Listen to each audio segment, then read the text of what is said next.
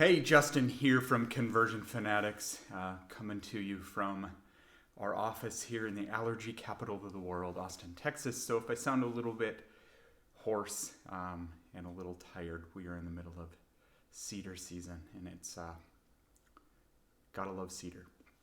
So today I want to talk about big changes versus small changes on a website. So I've been approached a lot in the last, I guess probably the last 6-8 months, even during the pandemic, and recently just this last week, I've had a couple of conversations around bigger changes versus smaller changes. So when you're looking at optimizing and growth and scalability in your marketing performance, oftentimes business owners or marketing professionals will think that bigger changes need to yield bigger results. So you need to have that entirely new landing page. You need to have that entirely new homepage. You need to refresh, rebrand, upgrade your entire, Shopify theme or something like that or along those lines, when the fact of the matter is those big changes often will yield less results. And you won't know why you actually got those fewer results. There are much bigger levers to pull than with small incremental changes than there are with the big overhauls and the big refreshes and the big rebrands.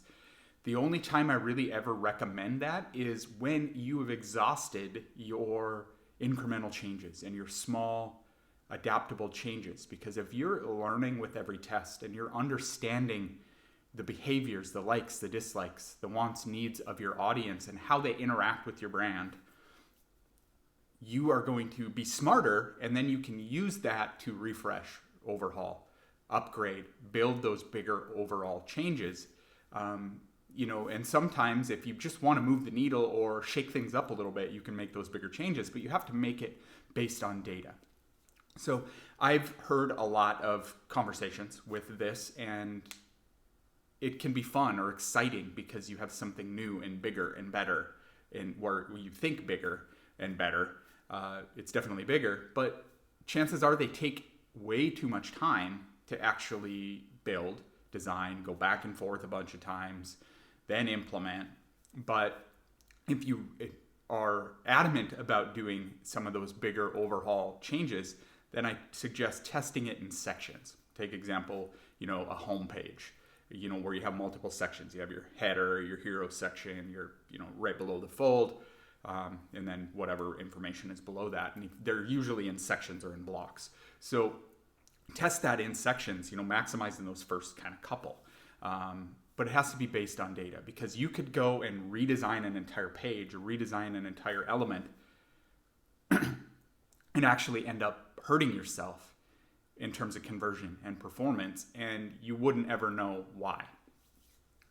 So with that, I want to expand a little bit on the overall growth and scalability factor of that, is because we want to be smarter. We want to constantly be able to evolve and change and adapt when the market gets tough. And if you're just making big swings constantly, you're going to burn yourself out, and you're not going to understand why things aren't working or why things are working. So it's important to take the methodical, strategic approach versus just more, faster, because it's just going to get you there that much quicker. You're going to win more. You're going to keep your morale up. You're going to understand. You're going to be smarter in the end of the day, and you're going to win the long race versus short sprints.